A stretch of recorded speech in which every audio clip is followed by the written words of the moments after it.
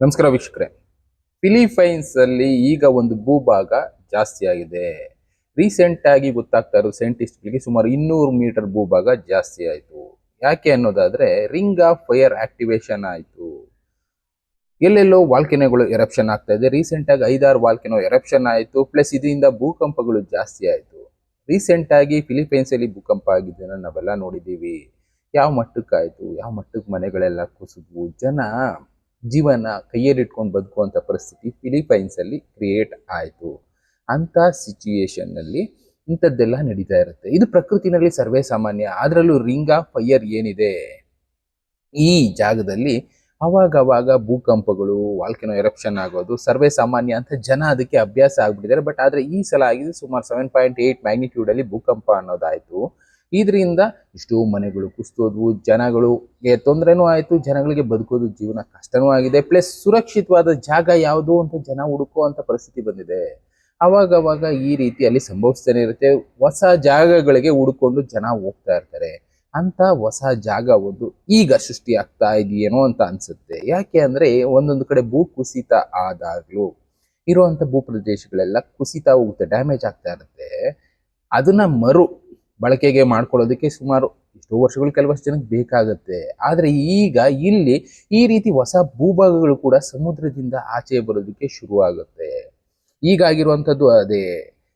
Philippines ನಲ್ಲಿ ಮನೆಗಳು ಬಿರುಕ್ಬಿಡ್ತು, ರೋಡ್ಗಳು ಬಿರುಕ್ಬಿಡ್ತು, ಎಲ್ಲ ಕುಸಿತು ಅಂತಾನೆ ಜನ ಅನ್ಕೊಂಡಿದ್ರು. ಅದಾದ್ಮೇಲೆ ಆಗಿದ್ದೆ ಜನಕ್ಕೆ ಅಚ್ಚರಿ ಮೂಡಿಸಿದ್ದು. ಸುಮಾರು 200 ಮೀಟರ್ ಸಮುದ್ರ ಭೂಭಾಗ ಏನಿದೆ ಸಮುದ್ರದಿಂದ ಮೇಲಕ್ಕೆ ಬಂತು. ಈ ಟೆಕ್ಟಾನಿಕ್ ಪ್ಲೇಟ್ಸ್ ಮೂವ್ಮೆಂಟ್ ಆಗ್ತಾ ಇರುತ್ತಲ್ಲ, ಆ ಮೂವ್ಮೆಂಟ್ ಇಂದ ಒಂದು ಭಾಗ ಸಮುದ್ರ ಮಟ್ಟದಿಂದ 7 ಅಡಿ ಮೇಲಕ್ಕೆ ಬಂದಿದೆ. ಕೋರಲ್ ಲ್ಯಾಂಡ್ಗಳು ಏನಿತ್ತು ಸಮುದ್ರದ ಒಳಗಡೆ ಇದ್ದಂತ ಈ ಕೋರಲ್ ಸುಮಾರು 6-7 ಅಡಿ ಮೇಲಕ್ಕೆ ಬಂದಿದೆ. ಈಗ ಜನರ ಕಣ್ಣು ಕಾಣಿಸ್ಕೊಳ್ತಾ ಇದೆ. ಹತ್ತತ್ರ 200 ಮೀಟರ್, ಎಷ್ಟೋ ಕಿಲೋಮೀಟರ್ ಜಾಗ ಸಿಕ್ಕದಂಗಾಯ್ತು ಜನಕ್ಕೆ. ಅಂದ್ರೆ ಭೂಭಾಗ ಜಾಸ್ತಿ ಆಯ್ತು ಫಿಲಿಪೈನ್ಸ್ ಒಂದು ಭೂಕಂಪದಿಂದ.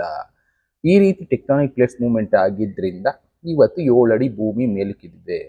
ಇದೇ ರೀತಿ ಮುಂದೆ ಕೂಡ ಝೀಲ್ಯಾಂಡ್ ಅಂತ ಒಂದು ಭೂಭಾಗ ಮೇಲಕ್ಕೆ ಬರ್ಬೋದು. ಅದನ್ನೇ ಹೇಳ್ತಾ ಇರೋದು, ಪ್ರಕೃತಿ ಮುಂದೆ ಯಾರು ದೊಡ್ಡವರಲ್ಲ, ಪ್ರಕೃತಿ ಏನ್ ಬೇಕಾದ್ರೂ ಮಾಡುತ್ತೆ ಅನ್ನೋದಕ್ಕೆ ಇದೊಂದು ಎಕ್ಸಾಂಪಲ್ ಅಷ್ಟೇ.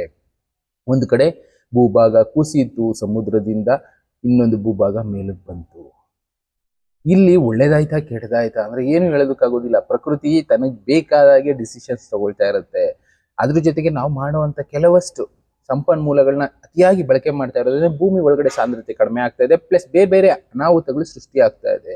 ಇದರಿಂದನೇ ಇವತ್ತು ಇಂಥದ್ದೆಲ್ಲ ನಡೀತಾ ಇರೋದು. ಒಂದು ಕಡೆ ಅನಾಹುತ ಸಂಭವಿಸ್ತಾ ಇದೆ, ಇನ್ನೊಂದು ಕಡೆ ಅಚ್ಚರಿ ಸಂಭವಿಸ್ತಾ ಇದೆ. ಅಚ್ಚರಿ ನೋಡ್ತಾ ಇದ್ದೀರಲ್ಲ, 200 ಮೀಟರ್ ಭೂಭಾಗ ಮೇಲಕ್ಕೆ ಬಂದಿದೆ. ಮುಂದೆ ಇನ್ನ ಇದೇ ರೀತಿ ಮ್ಯಾಪ್ಗಳಲ್ಲಿ ಸೈಂಟಿಸ್ಟ್ಗಳು, ವಿಜ್ಞಾನಿಗಳು ಗುರುತಿಸಿದ್ರಲ್ಲ, ಆ ರೀತಿ ಎಷ್ಟೋ ಭೂಭಾಗಗಳು ಮೇಲಕ್ಕೆ ಬರುತ್ತೆ ಅಂತಾನೆ ಹೇಳ್ತಾ ಇದ್ದಾರೆ. ಅದೇನು ಅಚ್ಚರಿ ಪಡೋ ಹಾಗೆ ಇಲ್ಲ. ಇದು ಸಾವಿರಾರು ವರ್ಷಗಳಿಂದ ನಡ್ಕೊಂಡ್ ಬಂದಿರೋದೆ ಈಗ ನಮಗೆ ಕಣ್ಣು ಕಾಣಿಸ್ತಾ ಇರ್ಬೋದು ಭೂಭಾಗಗಳು ಯಾವ ರೀತಿ ಮೇಲಕ್ಕೆ ಬಂದಿದೆ ಅಂತ. ಸಮುದ್ರದಿಂದ 200 ಮೀಟರ್ ಅಲೆಗಳು ಏನು ತಟ್ತಾ ಇದ್ರು ಆ ಭಾಗದಿಂದ 200 ಮೀಟರ್ ಸಮುದ್ರದ ಭೂಭಾಗ ಮೇಲಕ್ಕೆ ಬಂತು.